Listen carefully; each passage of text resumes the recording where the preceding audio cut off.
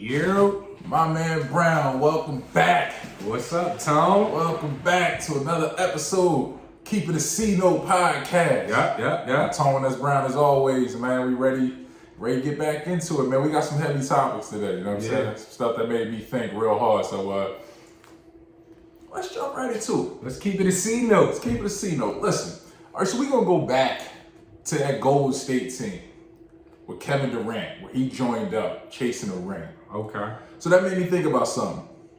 If you could put together some guys that didn't have any rings, that was going to chase that team, that could beat that team, that was ring chasing, versus that Golden State team, who you going to put together? Who's your starting five? Current players. Current, all time? We throw them together. I'm gonna go You current. going to go current? Oh, that's difficult. At the point guard, I'm gonna run Luka at the point guard. Oh. I feel as though he's gonna be a mismatch for Steph Curry as far as taking into the paint. He can rebound, he can pass the ball. He doesn't have to score to be effective. So I'm gonna take him. My shooter to match Clay, I'm gonna get Devin Booker. Ooh. You know what I mean? I think Devin Booker make Clay run around and like Clay make everybody else run around, and that'll be a good matchup. I actually think Devin Booker a little bit, maybe one-on-one offensively, may be better than Klay Thompson. I agree. As my small forward, I need somebody that's tough, that ain't afraid to play defense, ain't afraid to check anybody. So I'm going to get Jimmy Butler as my small forward. Oh. Power forward, I need somebody to match Draymond, somebody with heart, somebody that's going to grab rebounds, play defense. I'm going to get Giannis. And then what's going to put me over the hump with JaVale McGee is he can't handle Embiid. I'm going to get Embiid as my center. Okay. So my five would be Luka, Devin Booker, Jimmy Butler, Giannis, and Joel Embiid. I think we'll take that Golden State team. Now that was pretty dope that you did current players in the league, because I didn't think current players. I went all time, but I like your squad. I feel like I think they could take them at 7. Now it was hard for me because I went all time. Okay. At point guard, I got to go with Chris Paul. I feel like he would defend Steph pretty well, and he would give Steph problems on the defensive end, chasing around, and he can knock down a shot. That's one of my scorers. My 2 guard, Allen Iverson. Mm-hmm. I feel like he'll help, passing lanes, things like that. He may not be able to defend Clay straight up, but he'll give him enough problems to make them legs tired on the other end. I'm going to go to the middle because the small forward part was the hardest part for me. My guy in the middle, and being a Sixers fan, I hate to say it, but it's Patrick Ewing. Okay.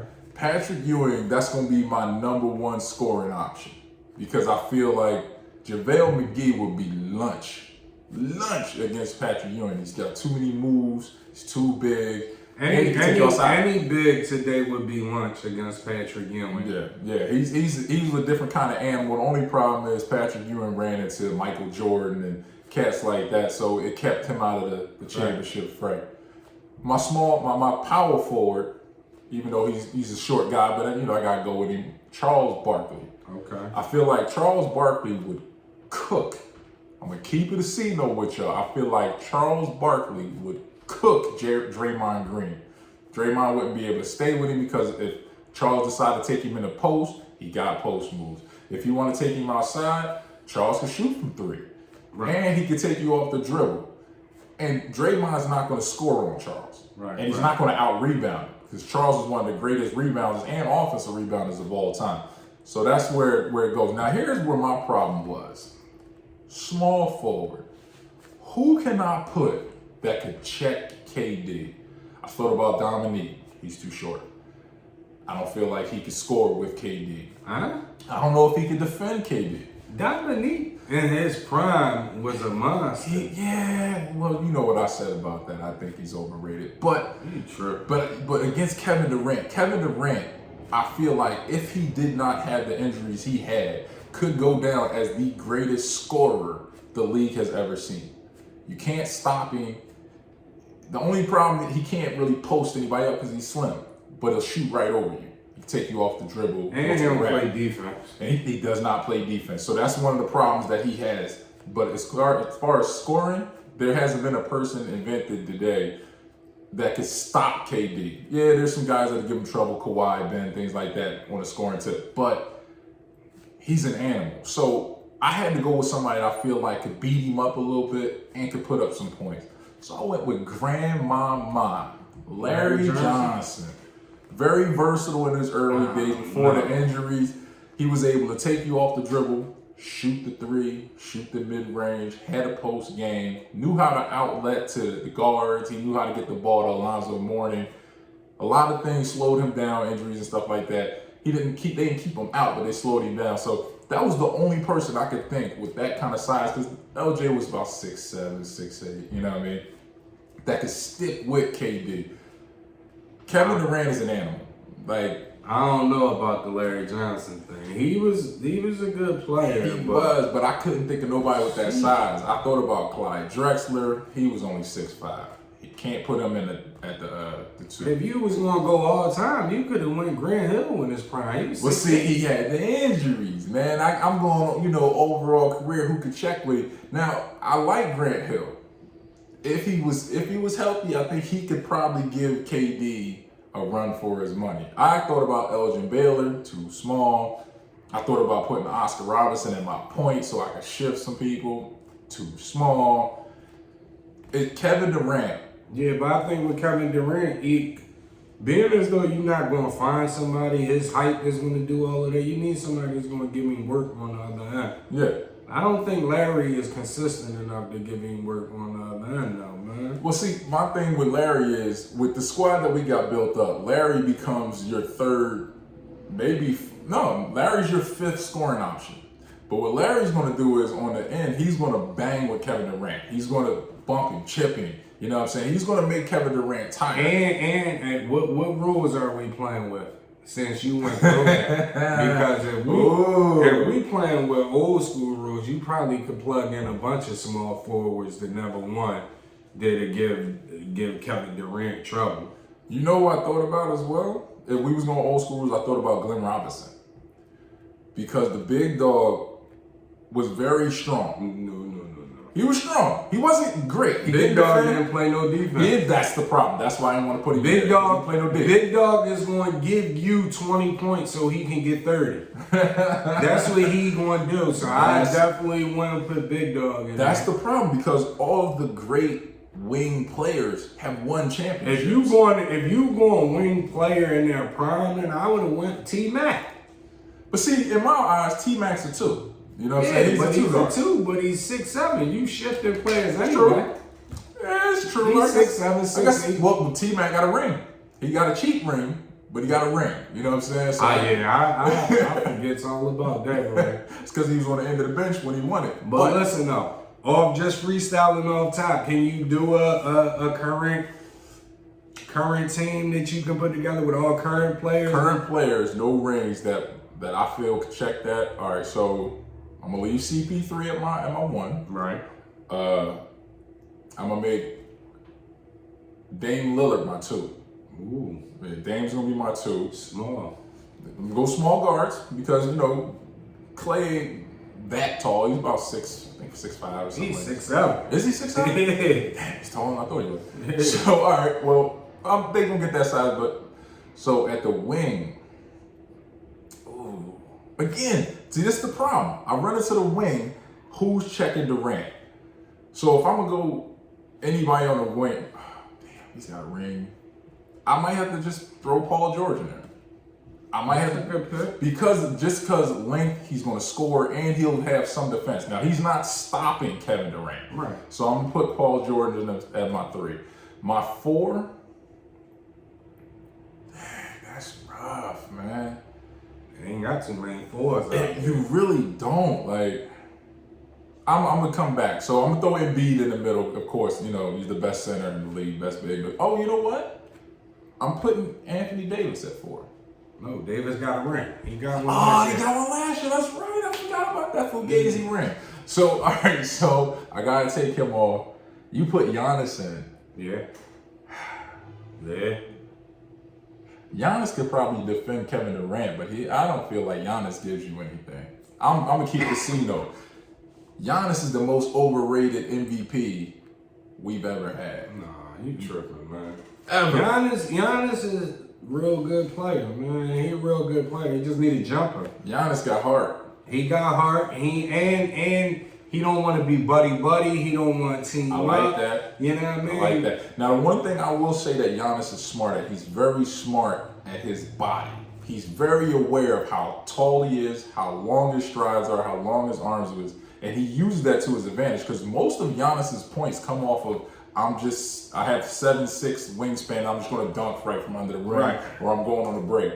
But if you make Giannis have to perform under pressure, he ain't got it. You dig what I'm saying? So he's next to Russell Westbrook, my two most overrated MVPs of all time. Sheesh. I think we're going to have to talk about that, man. Because what I think happens sometimes is like with players like Giannis, he makes other people better, like Chris Middleton.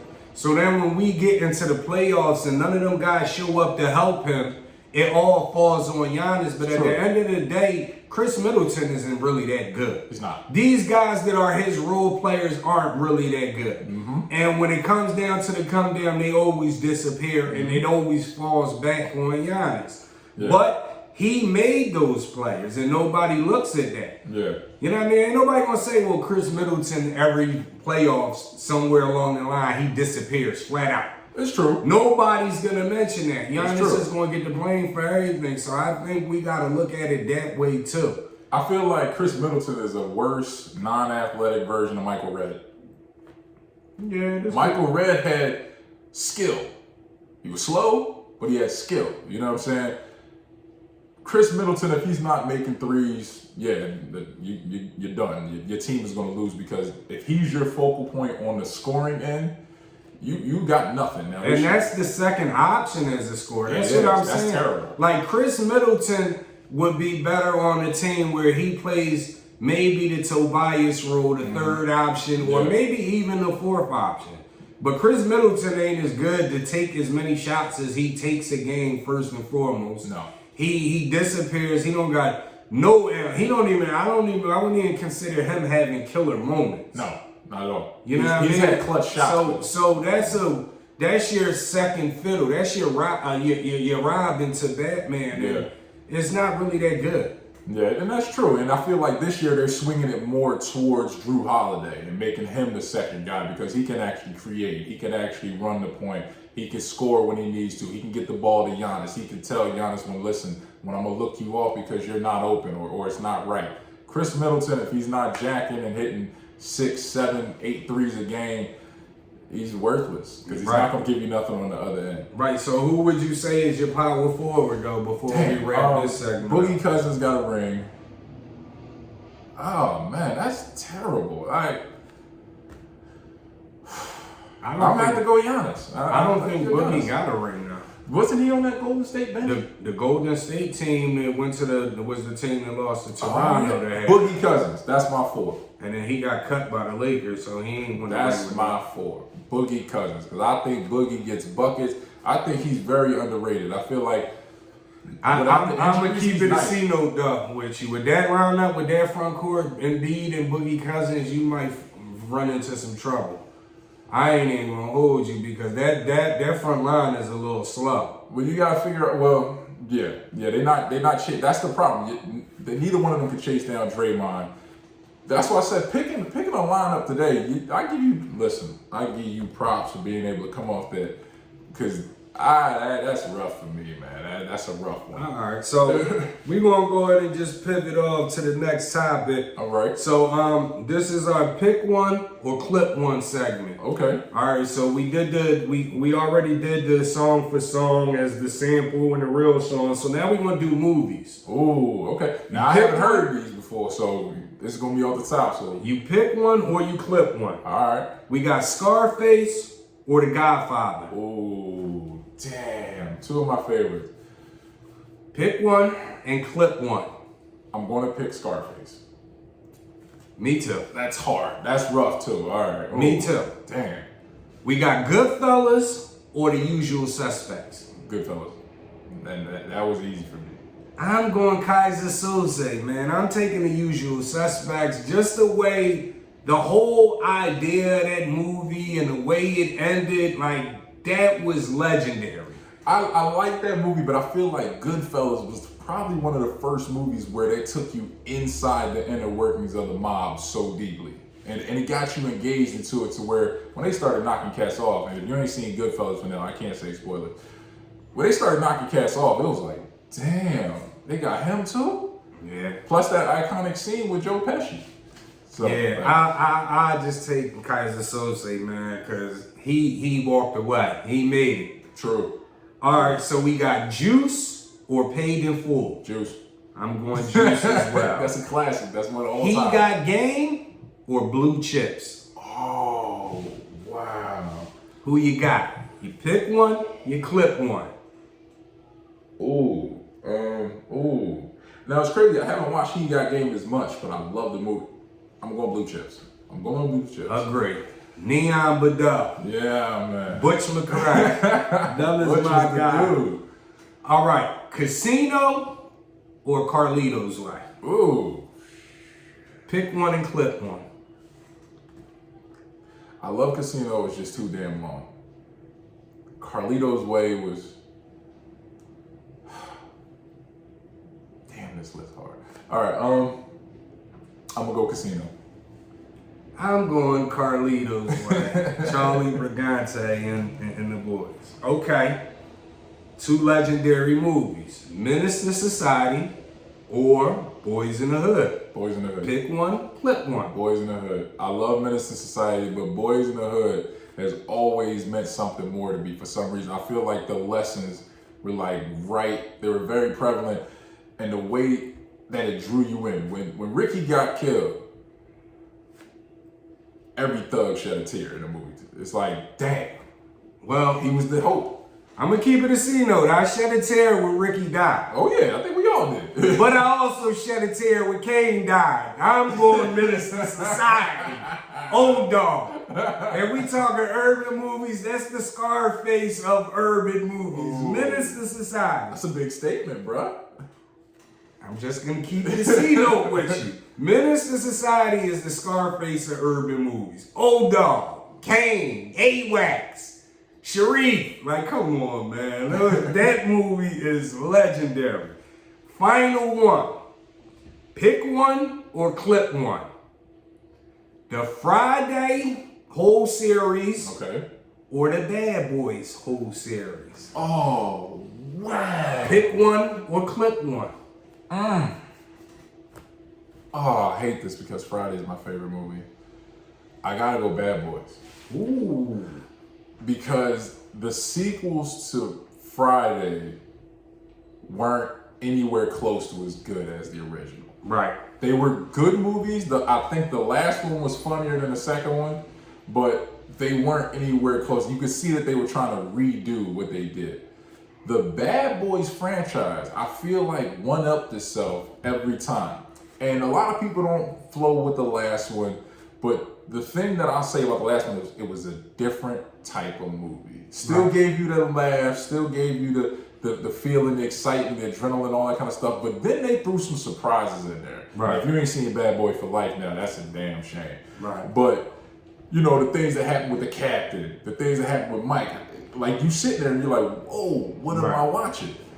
With the Fridays, you're gonna laugh your ass off, but it's not like you haven't seen this twice before. Right. So I'm going Bad Boys. I'm gonna keep it a C note, man. This one was a hard one for me, but I'm going Friday. Ooh. And the reason why I'm going Friday is because if it wasn't for Friday, I wouldn't know Smokey, Facts. Chris Tucker. Facts. We wouldn't know old, Mike Epps, Day. We wouldn't know Cat Williams. Money. What was my man name, the big fella? Debo. No. Terry Crews. Terry Crews. We Dang, wouldn't know. Here's the thing: if you're from my era and you grew up when I grew up, and wrestling was the thing for you, all of us know Debo as Zeus. We all knew him as Zeus. Now everybody knows him as Debo. That's right. And this all comes from Friday. So that impact alone, what's my man name? Ezel. Oh man. Like, come on, man. Friday. They had so many legendary people in those movies. Friday made a lot of people famous. True. And you're right about the sequels fell off, but let's keep it a C note. If we ever got the Smokey movie with Smokey Craig and Day, it would kill everything. If they, hold on, let's stop. If they don't do it like Coming to America. Right. Don't cheap out on us. Right. Now, if you try to make us one of them campy, Are We There Yet movie, Cube, I'm be pissed off. No, but I if don't you would think ever Cube give me would like do that. Smokey and Day, and you know what I mean? Oh, you can bring in Money Mike or whatever. But if you were to put them together, because that would be two of the funniest that you could put together, because Friday is a classic movie. I literally watched Friday 200 times. I can recite every word. And you still gonna laugh when you Every watch single Friday. time. And you notice something different every time. So by default though, I just think that because of the impact Friday, like Bad Boys is Will and Martin. Yeah. You know what I mean? But Friday gave us a lot of other stars, and True. what you say about the sequels, they wasn't as funny, but if Chris Tucker is on them sequels, Oh yeah, it's different. it's different. But then you gotta ask yourself, if Chris Tucker is on the second Friday, do we still get Day Guy? No. You see what I'm saying? Yeah. So you gotta. You had to lose them. So, but at the end of the day, I'm taking Friday over Bad Boys. That was tough, bro. Yeah. That was tough. Yeah, that's definitely, pick one and clip one. And this is a new segment that we're gonna start doing more often. You got me sweating on that one, Yeah. man. I ain't gonna lie. I was nervous. Yeah. I didn't think I was gonna make it through that. All right, so let's pivot. I got a question for you. We got 3 artists. Okay. 3 artists. And we're gonna start off. This is a new segment for y'all. We're gonna start off with some new school ladies. Okay. So you got the produce one. You're gonna put their album out immediately. Okay. Shelf one, they gonna come out when you ready. And cutting one from the label. Okay. So let's start with, since they all pop, they all hot, and they all get compared, Cardi B, Okay. Nicki Minaj, Okay. and Meg Thee Stallion. Meg Thee Stallion. Yeah. Produce one, shelf one, cut one. Okay, I'm probably gonna cut Cardi B. I'm probably gonna cut Cardi B. Just because I just think that the other two rap better than her. So I would cut her. I would shelf Meg Thee Stallion. Really? Yeah, I would shelf her. And I would produce Nicki. Like, come on, man. Nicki can drop whenever she want and take the game back over. She has a crazy following. Like, if you don't believe she has a crazy following, get on Twitter and say something bad about Nicki Minaj and watch how all the Barbies attack you. It's true. She got a beehive like Beyonce. That's true. That's very true. So, and she can rap. She can rap. She makes good music. And she can rap. That's it. That's it. Like, to keep it a C note with you, like if we're talking new school rappers, let's say from 2010 to now, I can probably only name about 5 or 6 male MCs that's hotter than Nicki Minaj as far as rapping. 5 or 6, like she's up there. She's up there with the top dogs. So I'm definitely producing her. Who you got? Oh, all right. So this is tough for me because I feel like I have to cut Nicki. Whoa! I'm Whoa! gonna tell you why I gotta cut. Whoa! Because I feel like Nicki went from being just a hip hop artist to a character. And she does all that weird facial stuff and the yelling and crap. But she always did that. She did, but her mixtape stuff, Nicki used to actually come with like just bars. Like, I'm just gonna give you bars. And I felt like Nicki still give you bars? she gives you some, but I'm tired Them of the other character. two don't give you no bars. Now they don't. They Stop. don't. But they're good at what they do. You know what? No. And let me listen. flip it. Let me flip it. I'm gonna get rid of Cardi. I'm gonna get rid of Cardi, and I'm gonna tell you why. Because I feel like Cardi's one-dimensional. She may give you a little bit of hit, a little flavor, whatever, but she's one-dimensional. I'm a shelf Nicki because of what I said. I feel like she's become a cartoon character. I don't know. It don't feel real. It don't feel authentic. It feels like she's making this character and we gotta accept her as this whatever the hell she's trying to be. I'm gonna produce Meg because Meg can actually go different directions. She's on a new track. Not with this Barbie. If Nicki gonna go anywhere with me, she got to come back to Street Nicki. We need Onika. Nicki. I want Onika back. Street Nicki, what got everybody is Barbie. That's what lost me. I can't do it, man. I'm sorry. Like this character. Even with the character, does any of those other two females rap better than her?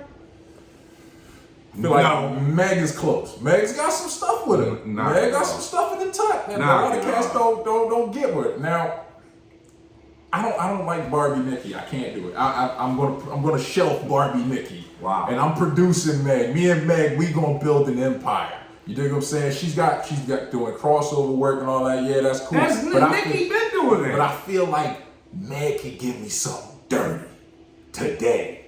You dig what I'm saying? Like she's gonna give me like.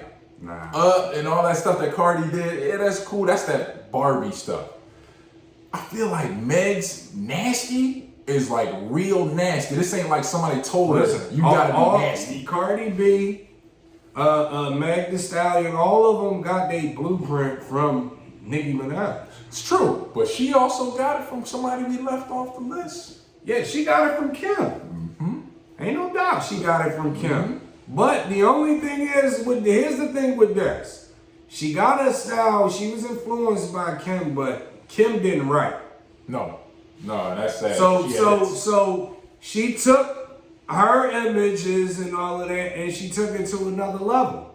Because Nicki actually, that's the only thing I will give Nicki over Kim is that she writes her own stuff. And that's what hurts me. When I listen to Nicki Minaj's mixtapes, I hear an artist that I felt like couldn't be touched by almost anybody. Like, there's maybe a handful of dudes that I felt could really flow with her on her mixtape vibe because she just came with it and she's ready to destroy anybody. Men, women, whoever, you gonna come with me, I'm gonna come at you, I'm gonna give it to you. Right. Now I feel like this Barbie thing is all about this dream world crap, this commercial stuff. And I can't get with it, man. It turns me off so bad. It's just like, all right, listen, just give me some nice bars. Nah, you looking at the commercial stuff like Nicki still go now. You go on the track and you want Nicki to go. Nicki to go. Like she do a little commercial stuff and all that because she got to sell the records. I hear you. As far as bar for bar, none of those other females on this list can tie Nicki's shoes. I feel like I can't get past that. That annoys the shit out of me. It really does. It kills. That's why I can't listen to a Nicki Minaj album. Now I will say, she's been on some creative tracks like Truffle Butter. I can listen to Truffle Butter on repeat for an hour because the beat, the flow, and I feel like that's more real Nicki. But we don't get enough of that. We getting this Barbie, hyped up Barbie thing. Hey, listen, man, she gotta hold the Barbies down. That's why they hold her down. That's what they want to hear, so that's what she give them. I could do without that. You know what I mean? But as far as, if we put on the beat and we say just go, none of those other females is going to be able to touch Nicki. And not a lot of these new rappers is going to be able to touch Nicki. You know what's funny? And here's somebody that don't get the pub but should. A lot of people don't talk about Rhapsody. Rhapsody, and if y'all ain't heard of Rhapsody, shame on you. You're out of hip hop touch. Rhapsody's album, pure fire. You put it on, set it, let me run, and it's gonna hit you with every different track. And she's saying something on every track. So I feel like I want that Nicki back. Yeah, well, you know, a lot of the people don't want to hear when you saying something no more. It's sad, but it's true. But it's true. So a lot of people probably don't know who Rhapsody is and probably doesn't listen to her music. Mm-hmm. It's a sad state of hip hop, man. Like these new dudes, listen.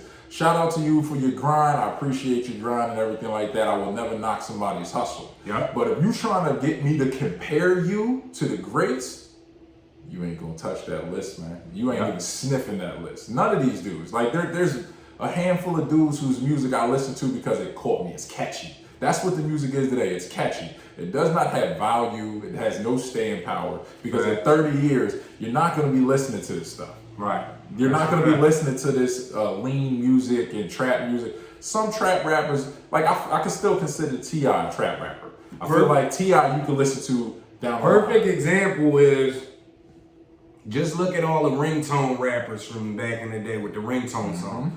You don't really hear none of those songs no more. Nope. None of those bubblegum songs no more. They was good for the moment. This is why I'm hot. Yeah, that was all good for the moment, but it don't got no time with it. You know what I mean? Like Mike Jones. Mike Jones is one of the hottest cats out there. Mike Jones didn't have enough substance. So that's what these cats today are. They have no substance. So that wraps up my thoughts on the new school. Hey, well, that's a perfect way to close out the show. You know what I mean? So, we might as well go ahead and wrap this one up. Listen, thank y'all for tuning in. Definitely appreciate y'all. Love y'all, man. Thank y'all for hitting us up on Instagram, Facebook, Twitter. We going live. After we film this tonight, we are going live. Yep. We're going to go live every Monday that we film this. So make sure y'all tune in, jump on the live. Hit us up with questions, comments. Hey, you want to go live with us? Go live. But don't get shy when them lights hit you. When the camera rolling, you better come with it. Don't get scared. Y'all talk heavy on the text. Yeah. On the key. Don't be keyboard warriors. We don't like them. No. So come on with us, and we appreciate y'all tuning in. That's Brown. I'm Tone. See y'all next week. Yeah.